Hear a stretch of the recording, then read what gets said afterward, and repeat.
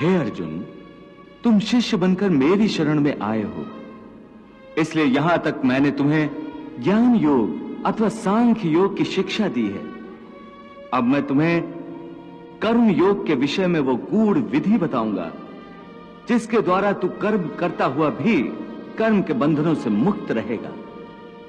सुख दुखे समे कृत्वा लाभा लाभो जया जयो ततो युद्धाय युजस्व नैवम पापम अवाप्य। पार्थ, मैंने यहां तक जीवन मृत्यु की वास्तविकता बताई है कि केवल शरीर ही नश्वर है, आत्मा अनंत और अनश्वर है जो शरीर के मारे जाने पर भी नहीं मरती है। न जायते मृत्यते वा कदाचिन नायं भूत्वा भविता वा न भूयः अजो नित्यः शाश्वतो अयं पुराणो न हन्यते हन्यमाने शरीरे। जो इस आत्मा को मरने वाला समझता है या जो इसे मारने वाला समझता है, वो दोनों ही अज्ञानी है, क्योंकि आत्मा न तो किसी को मारता है और न किसी के द्वारा मारा जा सकता है। इसलिए किसी के मरने या मारने का शोक किए बिना तू अपना कर्तव्य कर। तेरा धर्म युद्ध करना है, तू अपना धर्म समझकर युद्ध कर। हे मधुसूदन, तुम बार बार इस बात पर जोर दे रहे हो कि मन पर पूरी तरह काबू पा लो तो मुक्ति के द्वार खुल जाएंगे, परंतु मन को वश में करने का कोई सरल साधन भी है?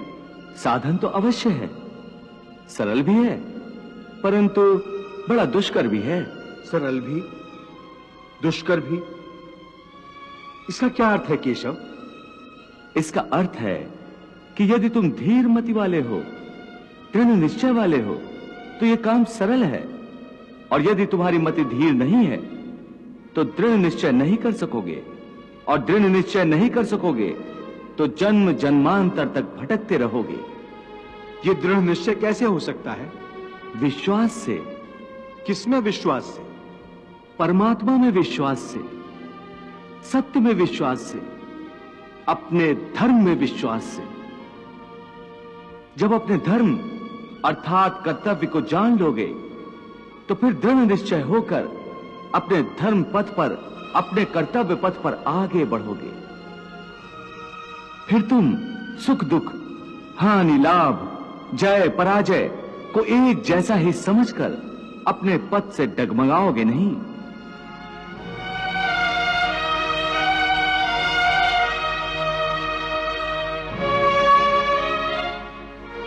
हे अर्जुन, तुम शिष्य बनकर मेरी शरण में आए हो, इसलिए यहां तक मैंने तुम्हें ज्ञान योग अथवा सांख्य योग की शिक्षा दी है।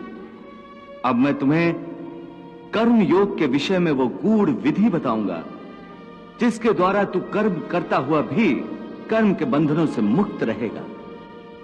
सुख दुखे समे कृत्वा लाभा लाभो जया जयो ततो युद्धाय युजस्व नैवम पापम अवाप्स्यसि। इस प्रकार सुख दुख, लाभ हानि, जय पराजय अथवा हार जीत को एक समान समझकर केवल इसलिए युद्ध करो क्योंकि इस समय युद्ध करना तेरा कर्तव्य है। और यदि इस मानसिक वृत्ति से इसे अपना धर्म समझकर युद्ध करोगे तो तुम्हें उसका पाप नहीं लगेगा। ये क्या कह रहे हो केशव कि युद्ध करके पाप नहीं लगेगा? युद्ध में तो इतनी हिंसा होगी, लाखों प्राणियों की हत्या होगी, फिर मनुष्य उसके पाप से कैसे बचेगा? यदि कोई भी कार्य निष्काम कर्म योग की रीत से किया जाए तो ना उसका पाप लगता है और ना उसका पुण्य मिलता है। निष्काम कर्मयोग? हाँ, निष्काम कर्मयोग।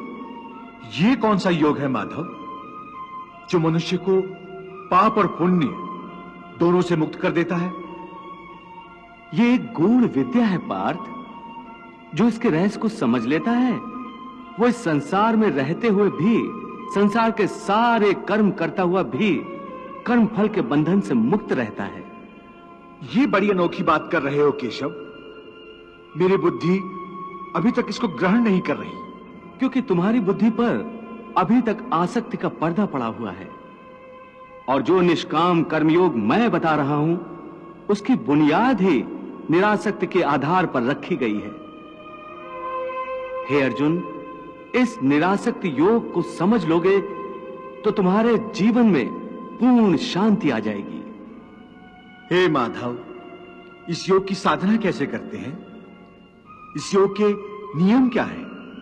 उसकी साधना के लिए कोई हजारों वर्षों की तपस्या की आवश्यकता नहीं। इसकी साधना तो एक ही क्षण में हो जाती है। एक ही क्षण में? हां, एक ही क्षण में। जिस क्षण में प्राणी अपने मन का रवैया बदल लेता है, वही क्षण। परंतु हे केशव, कोई भी मनुष्य एक ही क्षण में आसक्ति को कैसे छोड़ सकता है? जब वो कर्म करता है तो उसके फल की आसक्ति तो उसे कर्म का हिस्सा होती है, जिसके अंतर्गत फल पाने की इच्छा से ही कर्म करता है। हे अर्जुन, बस यहीं से निष्काम कर्म योग की साधना शुरू होती है।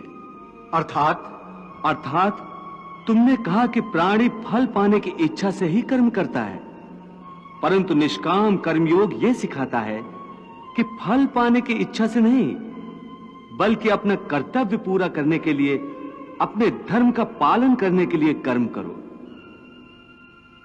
फल पर भरोसा रखकर कर्म मत करो, क्योंकि फल पाना तुम्हारे हाथ में नहीं, तुम्हारे अधिकार में केवल कर्म करना ही है। कर्मण्येवाधिकारस्ते मां फलेषु कदाचन मां कर्म फल हेतुर्भूर्मा ते संगोस्त कर्मणि। हे पार्थ, तुम कर्म कर सकते हो, कर्म करने का संकल्प कर सकते हो, परंतु इसका फल पाना तुम्हारे हाथों में नहीं है। हे मधुसूदन, मैं जिस काम का संकल्प करूंगा वो काम तो मैं करूंगा ही। जब भोजन करने का निश्चय करके बैठूंगा तो निवाला उठाकर मुंह में रखूंगा ही, तभी तो उसे खाऊंगा। यदि वो खाने का निवाला तुम्हारे प्रारब्ध में नहीं है तो उसे तुम मुंह तक तो ले जाओगे, परंतु उस ग्रास का एक दाना भी अपने मुंह में नहीं रख सकोगे। हे अर्जुन, केवल कर्म का संकल्प ही प्राणी के अधिकार में है, उसका फल प्राणी के अधिकार में नहीं है। वो कैसे?